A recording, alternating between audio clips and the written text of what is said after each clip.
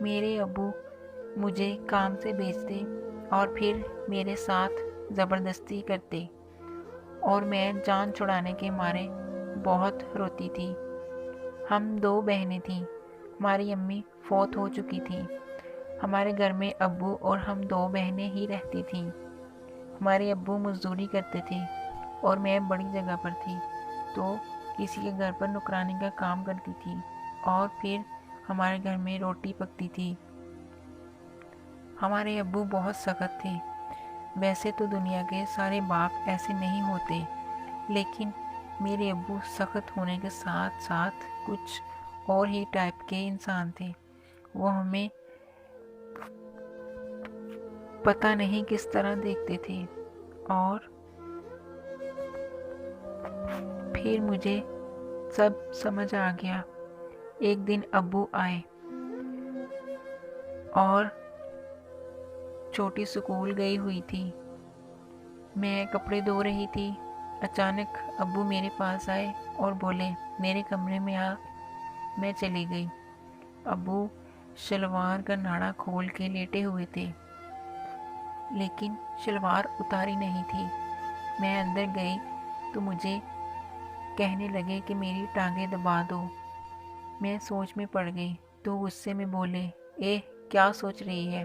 سنا نہیں میں نے کیا کہا ہے کہ ٹانگیں دبا میری؟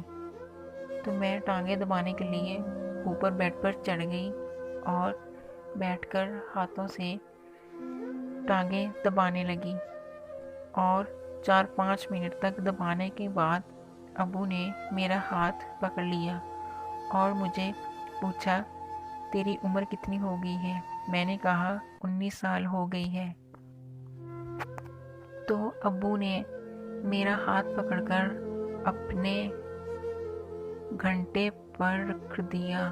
میں ڈر گئی اور ہاتھ چھڑانے کی کوشش کی، لیکن ابو نے نہیں چھوڑا اور زبردستی ہاتھ میں پکڑا دیا۔ میں نے کہا کہ یہ کیا کر رہے ہیں آپ؟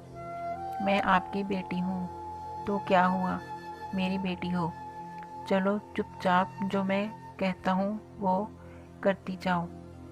یہ نہ ہو کہ میں تمہیں ماروں اور پھر تم مانو۔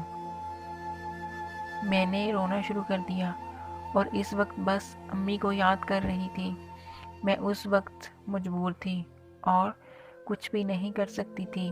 اچانک ابو نے میرے گول گپے ہاتھ میں پکڑ لیے اور دبانے شروع کر دیے۔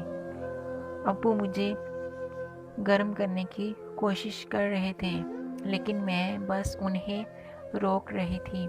پھر ابو نے مجھے دھکا دے کر لٹا دیا اور اپنی شلوار، میں نے ابو سے کہا نہیں کریں ایسا، لیکن وہ نہیں مانے اور دیکھتے ہی دیکھتے میری عزت کا جنازہ نکال دیا۔ میں بہت رو رہی تھی۔ مجھے تو خود پر بہت غصہ آ رہا تھا کہ میں زندہ کیوں ہوں۔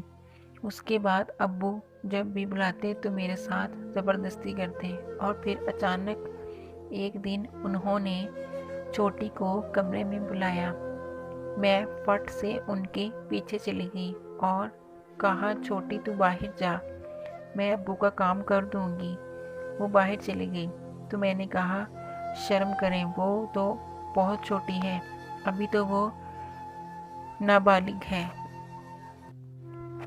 میرے ساتھ تو آپ نے یہ شرمناک حرکت کر لی ہے۔ میری پنڈال کو کھول دی ہے، پلیز اسے بخش دیں۔ میں آپ کے آگے ہاتھ جوڑتی ہوں، جو کرنا ہے میرے ساتھ کریں۔ ویسے بھی آپ نے میری عزت چھوڑی ہی کہاں ہے، تو جب بھی دل کرے تو میں حاضر ہوں۔ ابو نے کہا، ٹھیک ہے، چلو پھر تم ہی آؤ اور مجھے ہلکا کرو۔ میں پانی سے بھرے آنکھیں لے کر ان کے پاس چلی گئی اور پھر انہوں نے اپنی گندگی اور ہوس مجھ پر نکالی۔ وہ مجھے اپنی گندگی کا شکار بنا چکے تھے اور اپنی ہوس مجھ پر نکالتے تھے۔